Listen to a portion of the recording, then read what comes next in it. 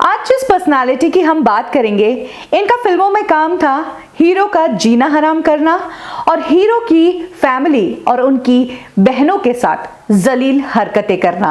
ये स्क्रीन पर आते हैं और कुछ नहीं भी बोले ना तो भी खौफ और डर पैदा हो जाता है। बॉलीवुड इंडस्ट्री के ये ऐसे विलेन हैं जो कि चीखते चिल्लाते नहीं हैं, बल्कि आते हैं और कुछ डायलॉग्स बोलते हैं जिससे डर पैदा हो जाता है। बात करेंगे 90s के पॉपुलर विलेन जो अपने आप को कहते हैं किंग विदाउट किंगडम, यानी कि तबाही की आंधी और बर्बादी के तूफान का नाम है चिकारा। आप समझ ही गए होंगे मैं किसकी बात कर रही हूं, रामी रेड्डी की। रामी रेड्डी की लाइफ से जुड़ी वो बातें मैं आपको बताऊंगी जो आपने शायद ही सुनी होंगी। कब रामी रेड्डी बने बॉलीवुड की फिल्मों के मेन स्ट्रीम विलेन, क्यों रामी रेड्डी का 90s में इतना खौफ था और कैसे जो रामी रेड्डी फिल्मों में अक्सर हीरो को थका देते थे वो अपनी असल जिंदगी में बीमारियों से थक गए और हड्डियों का ढांचा बन गए।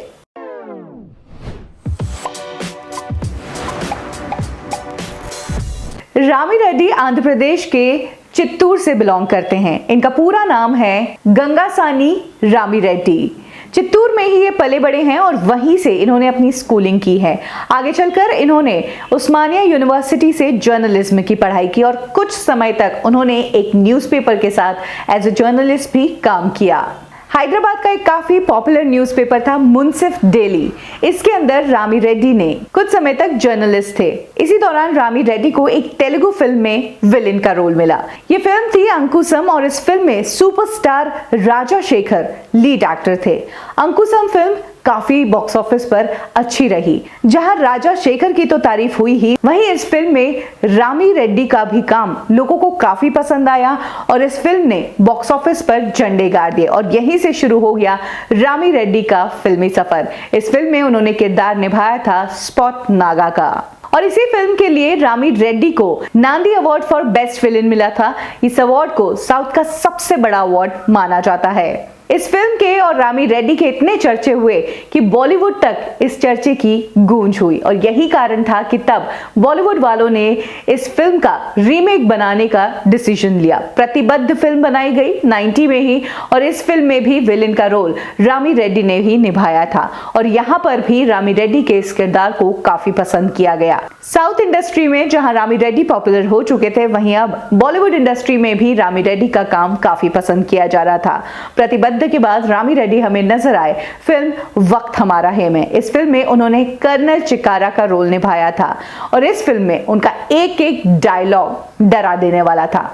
जैसे ही कर्नल चिकारा स्क्रीन पर आता था मानो लोगों की अंदर से चीख निकल जाया करती थी। कुछ इस तरह का खौफ था रामी रेड्डी का। वो दूसरे मेन स्ट्रीम विलेन से बिल्कुल हटकर थे।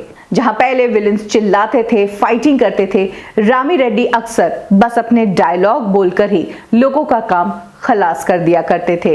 और फिर इसके बाद तो रामी रेड्डी ने बॉलीवुड की कई फिल्मों में काम किया। ऐलान, दिलवाले, खुद्दार, आंदोलन, हकीकत, लोहा, हत्यारा, गुंडा, कभी बाबा, कभी अन्ना, कभी काला, कुछ इस तरह के डार्क कैरेक्टर्स ही रामी रेड्डी निभाते नजर आए। रामी रेड्डी का किरदार बॉलीवुड फिल्मों में काफी पॉपुलर रहा क्योंकि इस दौरान बॉलीवुड में फिल्में ही इस तरह की बनती थी कि एक विलेन होता था जो पूरी फिल्म में हीरो का जीना हराम करता था, उसकी फैमिली के साथ बदसलूकी करता था, ज्यादती करता था और लास्ट में क्लाइमेक्स में हीरो उसको मारकर हीरो बन जाता था। यानी कि यूं देखा जाए तो पूरी फिल्मों के हीरो तो वैसे विलेन ही हुआ करते थे, लेकिन लास्ट में हीरो को हीरो का टैग देने के लिए विलेन को मरना पड़ता था। 2000 तक रामी रेड्डी बॉलीवुड फिल्मों में काफी एक्टिव रहे। इसके बाद इन्होंने साउथ की फिल्में ज्यादा की। कहा जाता है कि इसी दौरान रामी रेड्डी जो अक्सर फिल्मों में फाइट करते दिखाई देते थे, लोगों को डरा देते थे, वहीं असल जिंदगी में उन्हें बहुत ही गंभीर बीमारियां हो गई थी। उन्हें सबसे पहले लिवर प्रॉब्लम हुआ जिसके चलते रामी रेड्डी की हालत बहुत ही खराब रहने लगी। फिर भी रामी रेड्डी अपने आप को सिनेमा से दूर नहीं रख पाए। यही कारण था कि वो साउथ में फिल्में करते रहे। वक्त के साथ साथ लिवर की प्रॉब्लम कम होने के बजाय और बढ़ने लगी और अब रामी रेड्डी की किडनी में भी प्रॉब्लम होने लगी। धीरे धीरे बीमारियों ने रामी रेड्डी का कुछ ऐसा हाल बना दिया कि वो सूख कर हड्डियों का ढांचा हो गए थे।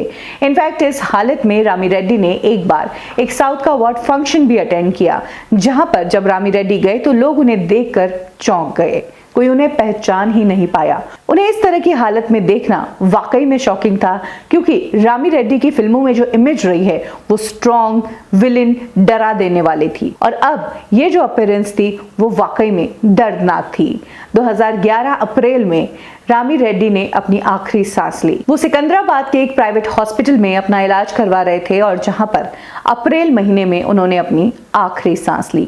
रामी रेड्डी के पीछे अब उनके 2 बेटे हैं और एक बेटी है, और यादों के रूप में रामी रेड्डी छोड़ गए हैं 250 से भी ज्यादा अलग अलग लैंग्वेजेस की वो फिल्में, जहां पर उन्होंने अपनी शानदार पारी खेली थी। रामी रेड्डी उन चंद कलाकारों में से एक थे जिन्हें इंस्टेंट फेम मिली, और जो विलेन के रूप में इतने ज्यादा पॉपुलर हुए कि इनके डायलॉग सुनकर आप पहचान सकते हैं कि ये डायलॉग किसका था। इनके एक एक किरदार और उसका नाम सभी को याद है। वाकई में 90s में बॉलीवुड इंडस्ट्री में फिल्मों में दहशत इन्हीं के नाम से थी।